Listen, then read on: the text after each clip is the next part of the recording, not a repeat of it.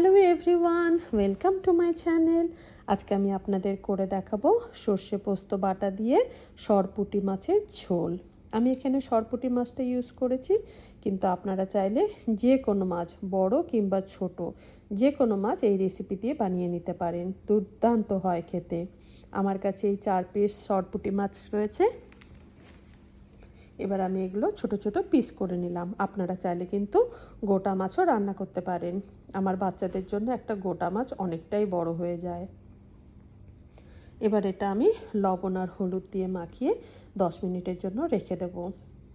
আমাদের এখানে অনেক ইন্ডিয়ান স্টোর রয়েছে, আর সব ইন্ডিয়ান স্টোরেই বড় মাছ ছোট মাছ দুটোই পাওয়া যায়, কিন্তু আমি সবসময় প্রেফার করি ছোট মাছ। আমার বড় মাছ খেতে একদম ভালো লাগে না।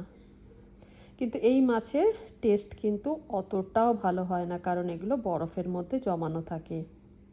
এবার চলুন পেস্টটা বানিয়ে নেওয়া যাক।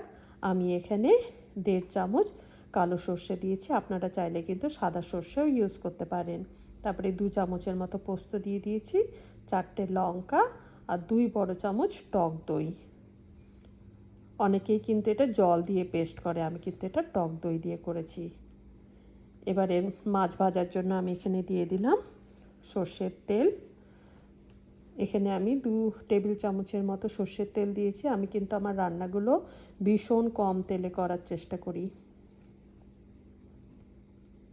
আমি যখনই মাছের ঝোল বানাই তখন আমি মাছগুলো কড়া করে ভাজি না। এবার আমি হালকা করে এপিট ওপিট ভেজে মাছগুলো তুলে নেব। আপনারা চাইলে কিন্তু কড়া করেও ভাজতে পারেন।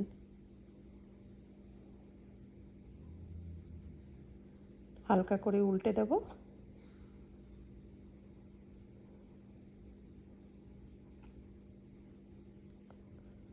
আমার মাছ ভাজা হয়ে গেছে। এবার এগুলো একটা প্লেটে তুলে নিয়ে আলাদা করে রেখে দেব।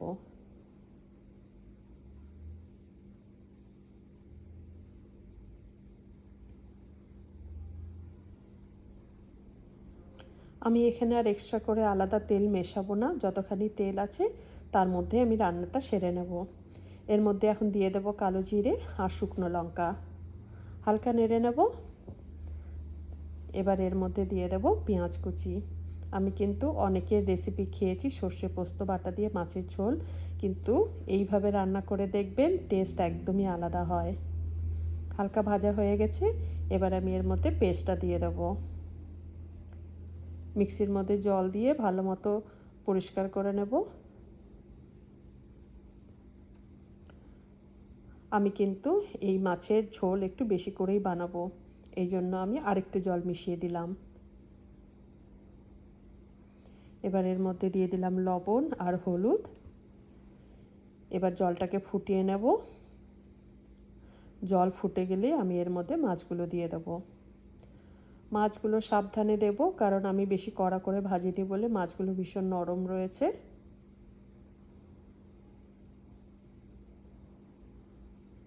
এবার এগুলো হালকা করে আমি উল্টে পাল্টে দেব।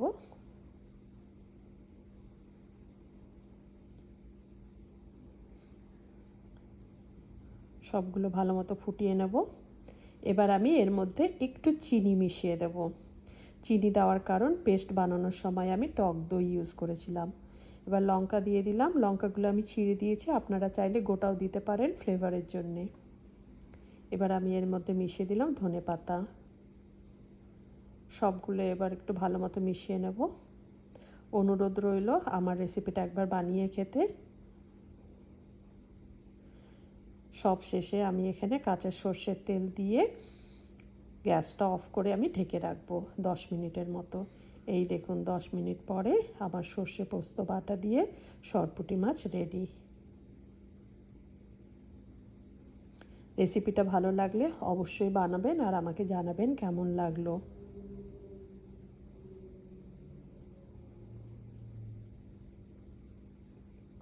আমার রেসিপিটা দেখার জন্য অশেষ অশেষ ধন্যবাদ।